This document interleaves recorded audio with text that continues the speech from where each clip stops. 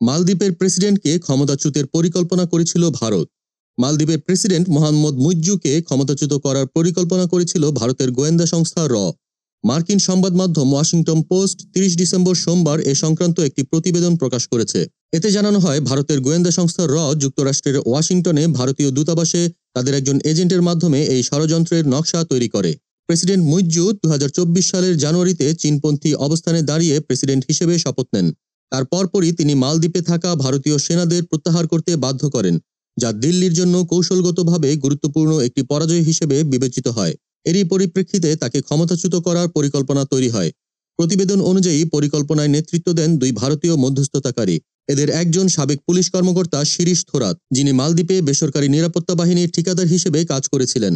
তার সঙ্গে মালদ্বীপের সাবেক প্রেসিডেন্ট মোহাম্মদ নিশাদের ঘনিষ্ঠ যোগাযোগ ছিল। অপরজন সাভিও রদ্রিগেজ, একজন গোয়া ভিত্তিক প্রকাশক, যিনি একসময় ভারতের ক্ষমতাসীন দল বিজেপির মুখপাত্র ছিলেন। তাদের মাধ্যমে মালদ্বীপে রাজনৈতিক ও ব্যবসায়িক প্রভাব খাটিয়ে প্রেসিডেন্ট মুইজ্জুকে ক্ষমতাচ্যুত করার ষড়যন্ত্র করা হয়। এদিকে দেশটির বিরোধী দলও মুইজ্জুর বিরুদ্ধে ষড়যন্ত্রে জড়িত ছিল। প্রতিবেদনে বলা হয়, বিরোধীরা ভারতের কাছ থেকে $৬ মিলিয়ন আর্থিক সহায়তা চাইছিল।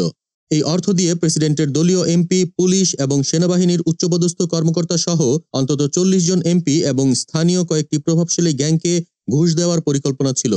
তাদের পরিকল্পনা ছিল পার্লামেন্টে মুইজ্জুর বিরুদ্ধে অনাস্থা প্রস্তাব এনে তাকে অভিশংসনের মাধ্যমে ক্ষমতাচ্যুত করা।